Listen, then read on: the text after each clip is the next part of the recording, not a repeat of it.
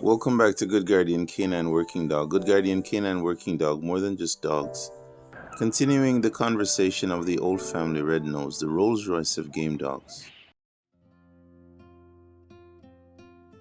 Hopefully, you're following along and you're learning some things so far. I'd like to speak on a few things in this episode. One of them is the idea that the old family red nose is not a game dog. And that is said often about the dogs in relation to its size. And so let's address. I spoke on size in the previous two videos, but let's finalize this on size, but not so much on size, but more so on size in relation to gameness.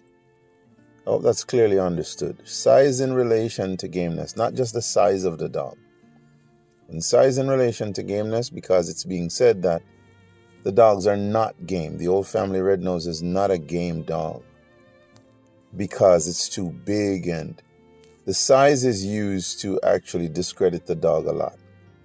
And we dealt with that in the last few videos, or two videos. But in relation to the size of the dog, let's just finalize. It has nothing to do with the game drive of the dog. Maybe I should define gameness so that can be clear. Though most of you, if you're really very much experienced with the American Pit Bull Terrier, you already have an understanding of what gameness is. But I'll define it as I define it based on documentations from a lot of the old school dogmen that are now deceased. They're gone now, but they've left their record and the record of their history and experiences with the dogs. So I'll speak on gameness in a few. Let me just say that size is of no consequence to gameness. Size is of no consequence to gameness. You have the Jack D Terrier, which is a very game dog. You have the Volkodov, which is my favorite of all of the Mastiffs. It's a very game dog. They're bred generationally and tested through gladiator sport to prove who is game or who is more deserving of the rights to be bred and to continue the genetics of these dogs. So they're very good game dogs. And there are countless breeds around the world that are very game. Not consequential, but the most game dog so far, it would seem to be the American Pit Bull Terrier, because that dog was bred and streamlined more so along the line of continuing gameness alone specifically. Conformation and all these fancy aesthetics came later in the history of the dogs, but the focus was gameness originally. And so it is the most game dog. But size is no consequence to gameness. Many dogs can be game without being large. Many dogs can be game being very small and being large as well. Where size is undesirable, it has nothing to do with the gameness of the dog. As I've said, consequence to the dog, size is not of such as it relates to gameness, meaning the size of the dog does not determine its gameness. Where size is an undesirable thing or an undesired thing is by the game dog men, the owners of the dog themselves, because it's easier to control, it's easier to maneuver a smaller dog. And that is simply it. It's easier to handle a dog that is small. When you have a dog that is manhandling anything 3 times its body weight, and typically the natural relaxed body weight of an American Pit Bull Terrier, true Pit Bull Terrier, is generally, and I say generally because it can be larger or smaller, generally is anywhere between 50 to 65 pounds. That's general, 50 to 65 pounds. Of course, we've already spoken on the modern dogmen would prefer the dogs to be a lot smaller than 65, but generally it's anywhere between 50 to 65 pounds. Now, when you have a dog that can manhandle anything can manhandle anything that is 65 pounds times 3, naturally you would want that dog to be smaller, right? And so hence the reason for the game dog men requesting the dogs to be a lot smaller. Now, in terms of gameness as defined, I'll share what I find. But what does gameness really mean? In my understanding of the word gameness, it's the ability to continue the pursuit of anything, regardless of the level of pain and difficulty that is placed in your way or that thing provides. That is gameness.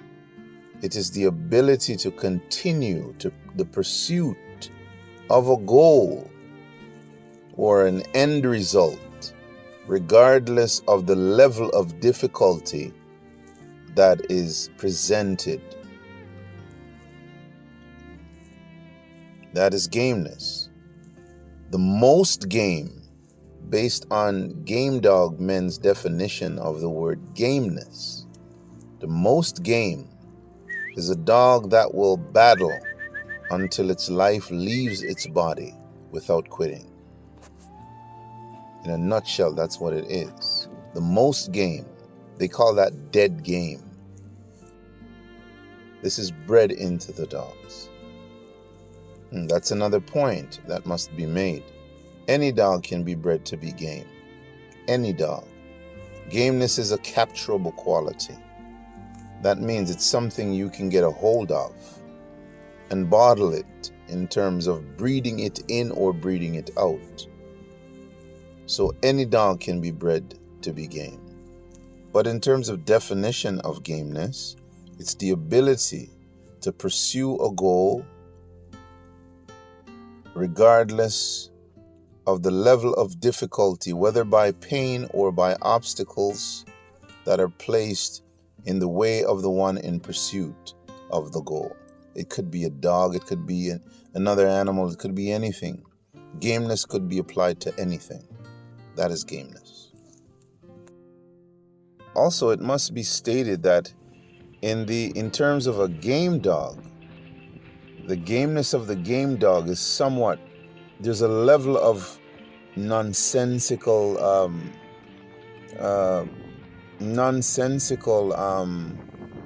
infusing or instilling or breeding into with gameness. The reason why I say that is,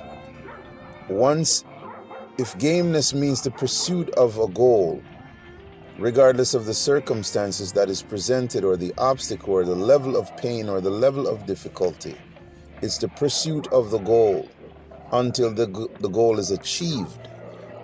And most dogs will continue to strike its opponent even after the body is lifeless. So there's a level of indiscriminatory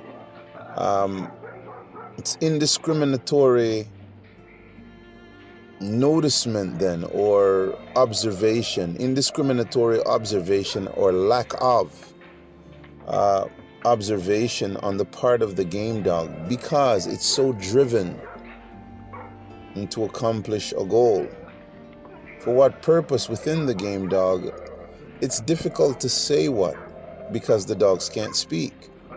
So gameness is a strange thing depending on how it's bred in, or depending on the animal. Sometimes you do have some dogs, once they've conquered, they would kind of back off and wait.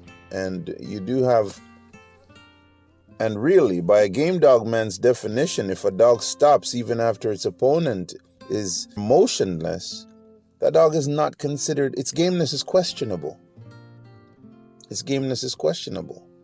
As long as there's something in front of it that is a target, the dog is bred to continue to pursue, continue to deconstruct whatever is in front of it that presents itself as a challenge or a threat. So gameness is somewhat of a strange thing. There's some level of relation or lack of relation between gameness and clear awareness, if I could put it that way, on the part of the dog. And I would say somewhat on the part of the game dog men as well, because you can breed the gameness in, but how the dog administers this gameness, you can't control that. And that's the ninja dog. Ninja! What's wrong, son? Every time a circle draws up, it gets your hands again. Ninja!